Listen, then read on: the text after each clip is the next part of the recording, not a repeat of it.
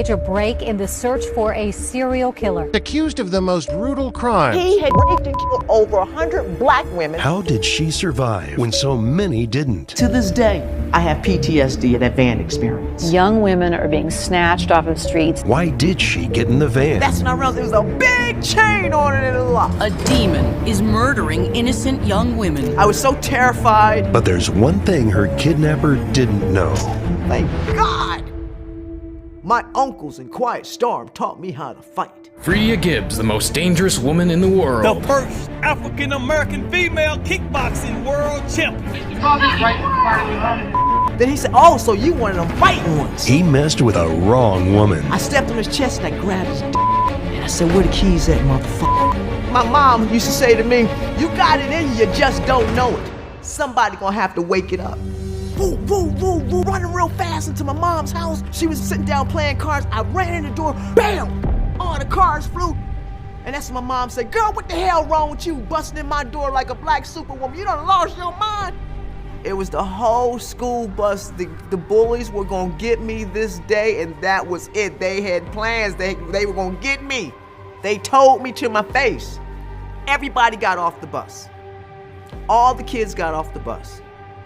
I was so terrified, but one thing that I knew that I knew how to run fast. But it was too late. The whole school bus was in front of my whole pad. I couldn't believe it, but I felt safe until my mom decided to go outside to find out what the hell is going on. Who want to fight my daughter? These girls raised their hand. Which one is the baddest one? Girl raised her hand, boom. Sissy, get out here right now. You gonna beat her ass. You straight up, you gonna beat that ass. And I'm gonna give you this broom, and I'm gonna tell you this here. You don't beat that ass, I'm gonna beat your ass so you're gonna get 2 ass whippings.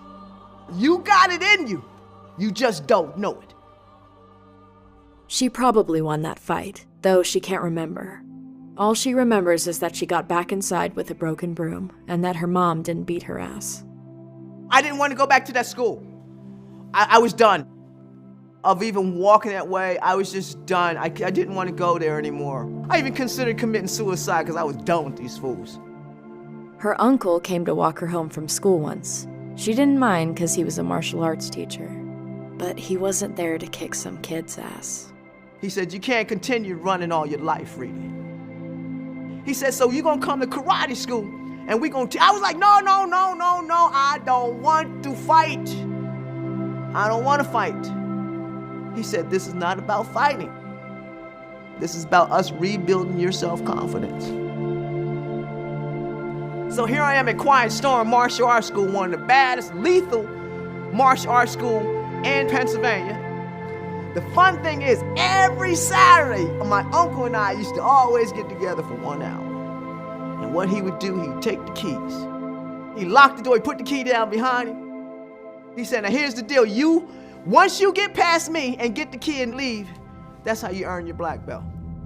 He said, but you got to get past me. Every Saturday, they have me fight him to get the key.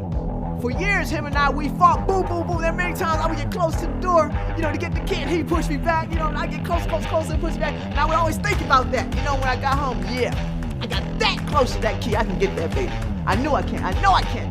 So I'll never forget that day when him and I, we went at it. Boom, boom, boom, boom, boom. I got the key, opened the door, and walked out. I'll never forget him saying, now you've earned your black belt. Once I got that key, I was always getting the key. He couldn't beat me anymore. As her skills got more and more advanced, she began competing in tournaments. For the first time in her life, she felt in control, and she loved it. But just as she was starting to gain some confidence, a wolf was waiting for her, right around the corner. That was in 1993. These girls had invited me to a domino game. So I go on down, we play dominoes around all these people that I don't know. They're constantly giving me drinks left and forth, but I don't drink. I just wanted to go home. I had no idea that I was gonna be there this late. So dude says, I'll take you home. I took the ride. I get in, and I'll never forget when he shut the door. The sound of the door is what got me. The way it was shut. I heard something. He gets in, and we're driving along, and I say turn right, and he turns left. I said, yo, bro, you going the wrong way. He didn't say nothing. As she grabbed for the door handle, she noticed for the first time there was none. This guy had something planned in his head, and she was trapped with him. We get to this area, he's like, now let me just stick it in, then I'll take you home. And I said, no, and I was going around, no, absolutely not. And he says, let me stick it in. No. And then he went to swing, boom, and I blocked it and hit and ran to the back of the van. And that's when I realized there was a big chain on it in the lock. Then he said, oh, so you one of them fighting ones. I said, where's the keys at? It's one thing getting the key from my uncle, but it's another thing getting the key from somebody who's trying to rape you. Then he came at me, he tried to tackle me, and I grabbed the end of his shirt tail, swung him back, pulled him down over his pants. I stepped on his chest and I grabbed his and I said, where the keys at, motherfucker? Now mind you, I had his jewels up. I didn't even know they could stretch that high. He was yelling. He said, they're in my pocket. I said, which one? I grabbed him. I pulled him all the way to the door. I unlocked the door and I wouldn't let him go. He was saying, let me out. He's let me go. No, I'm not gonna let go of this shit. I'm not letting go. I unlocked the door and I said, listen, when a bitch says no, she means no. And I walked him, bam! Then I left. And I had the keys and I tossed them. That way he couldn't catch me.